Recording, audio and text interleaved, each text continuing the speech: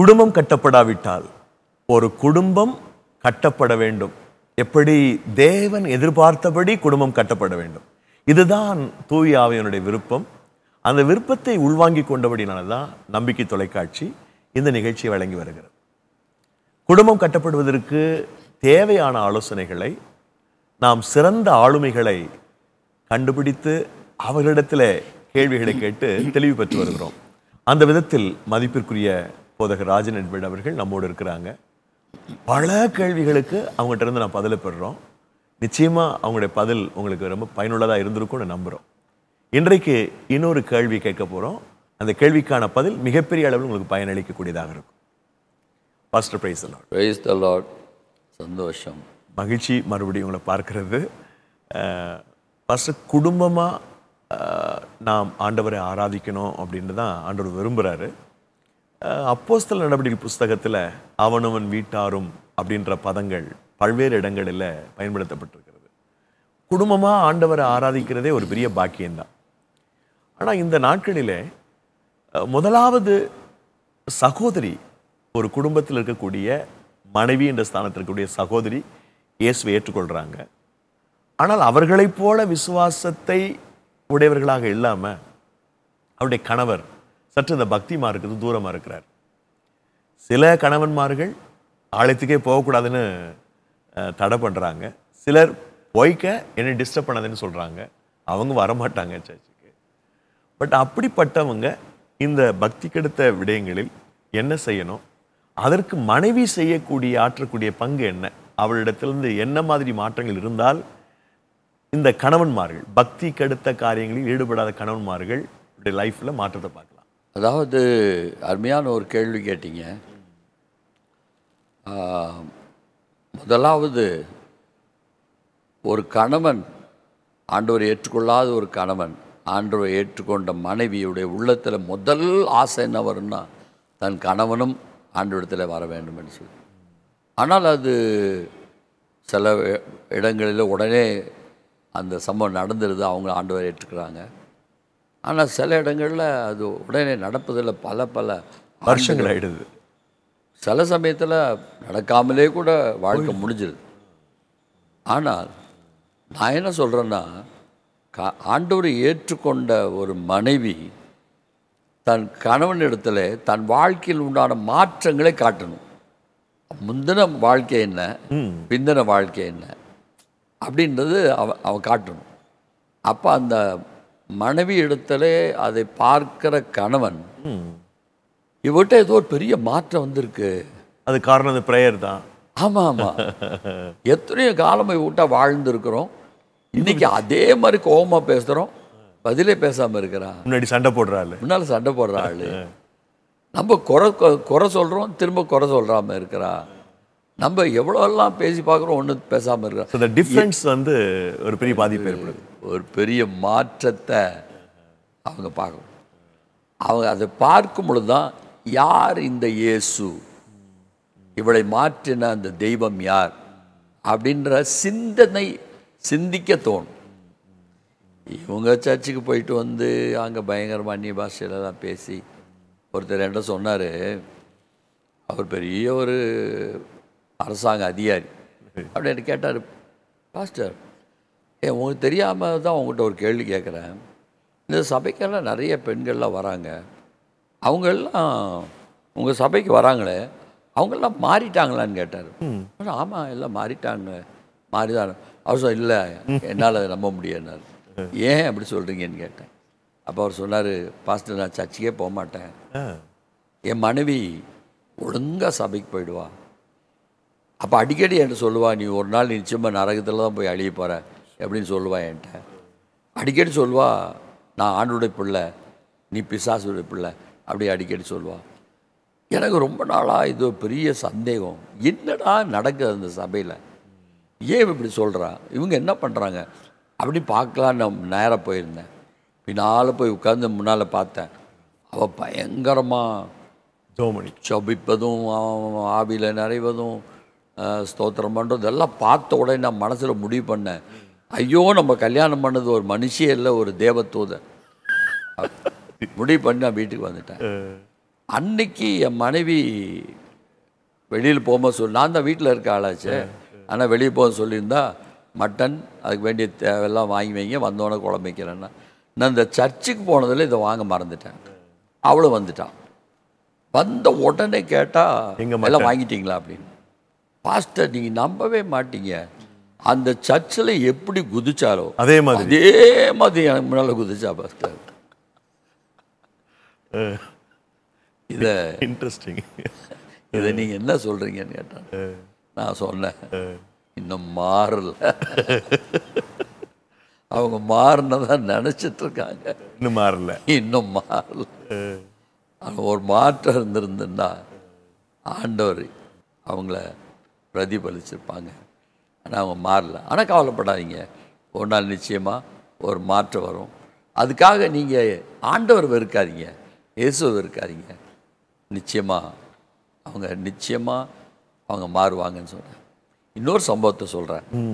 ஒரு doctor, lady doctor, husband ஒரு engineer. இதோ எங்கள் மாமா ஒருத்தர் சொன்னது எனக்கு, நான் நேரில் இதை பார்க்கல. ஹஸ்பண்ட் ஒரு என்ஜினியர். அப்போ அந்த அம்மாவுக்கு பல பல பல ஆண்டு காலமாக நல்ல கணவனை அளவில்லாமல் நேசிப்பாங்க. அந்த கணவனும் மனைவி அளவில் நேசிப்பாங்க. ஆனால் அவர் அவிசுவாசி, இந்த அம்மா விசுவாசி. அதுதான் மெயின். அது சரி, உங்ககிட்ட ஆண்டவர் வந்துட்டான்றதோட அடையாளம் அவிசுவாசி என்ற கணவனை முதல்ல நேசிச்சதை விட 10 மடங்கு அதிகமாக நேசிக்கணும். ஆனால் நம்ம என்ன தவறு பண்ணுறோன்னா, நம்ம ரட்சிக்கப்பட்ட உடனே அட படுபாவி, இவன்கிட்ட நம்ம பேசுறதே தப்பு, இவன் கூட இருக்கிறது தப்பு, இவனை தொடர்றது தப்பு, அவனை தொடர்றது தப்பு என்று தவறான ஒரு எண்ணத்துக்குள்ளே போயிடுறோம்.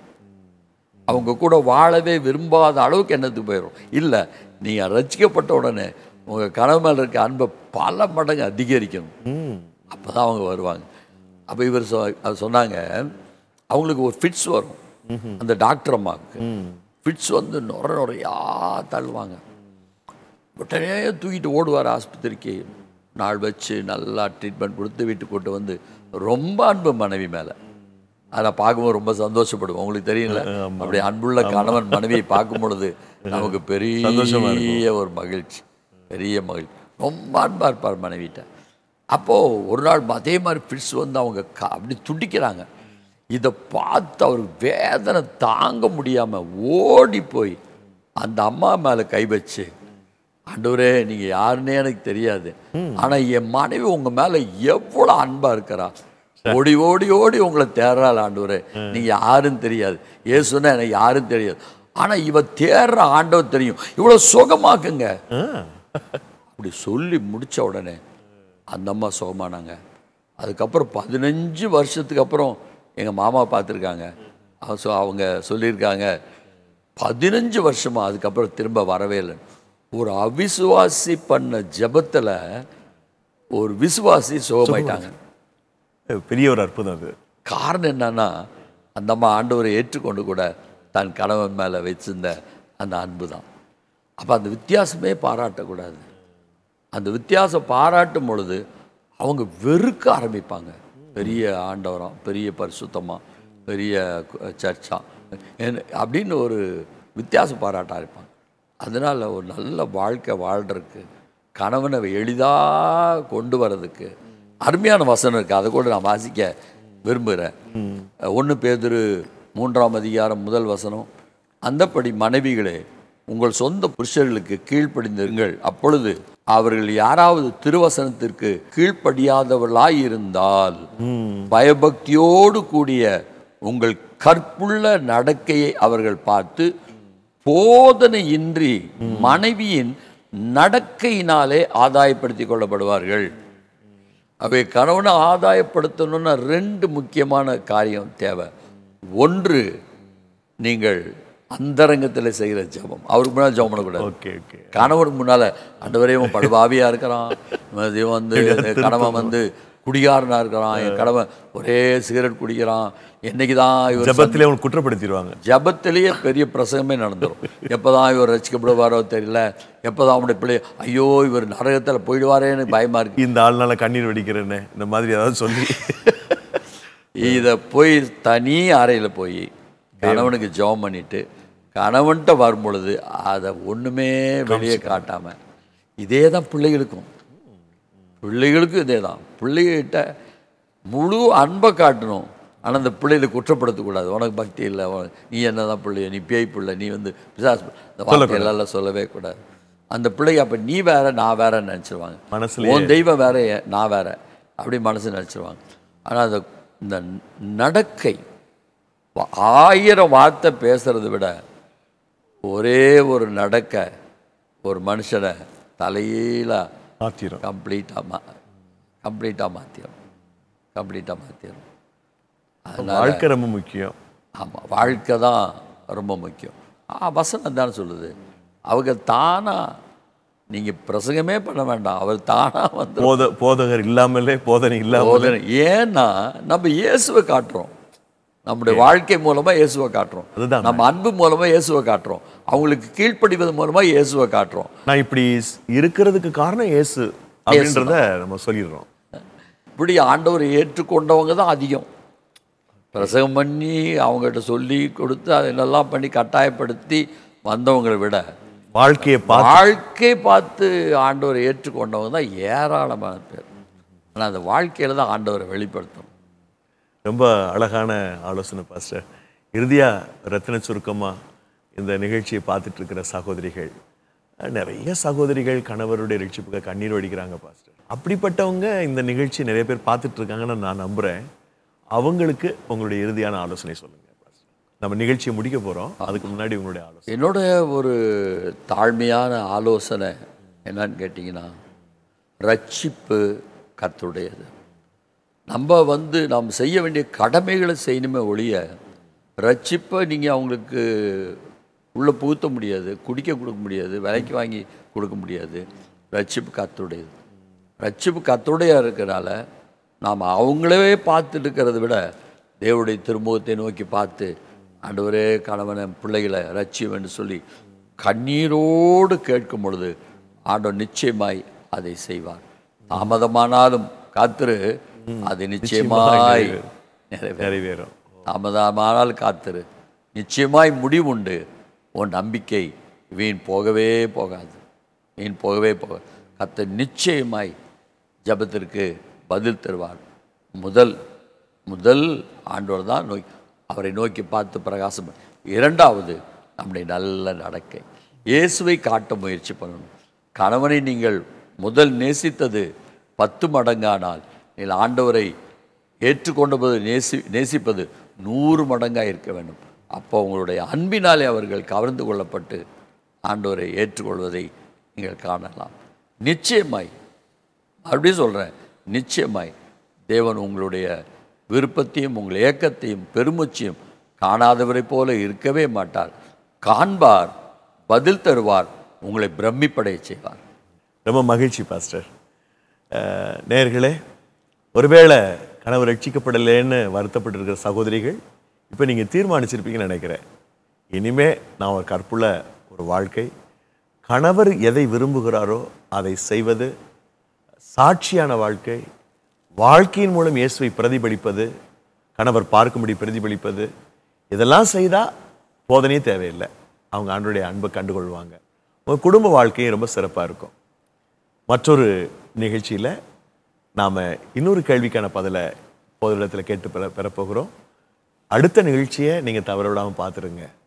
நிச்சயமாக அடுத்த நிகழ்வு உங்களுக்கு ஆசீர்வாதமாக இருக்கும். உங்கள் குடும்ப உறவில் உள்ள கேள்விகளுக்கு பதில் வேண்டுமா? 9840873222 என்ற எண்ணிலும் குட் நியூஸ் டிவி N1@gmail.com என்ற மின்னஞ்சல் முகவரின் மூலமும் உங்கள் கேள்விகளை எங்களுக்கு தெரிவியுங்கள். இந்நிகழ்ச்சியின் மறு ஒளிபரப்பை வியாழன் மாலை 6:30 மணிக்கு நம்பிக்கை டிவியில் பார்க்கலாம். மேலும் இந்நிகழ்ச்சியை நம்பிக்கை டிவியின் யூடியூப் பக்கத்திலும் பார்க்கலாம்.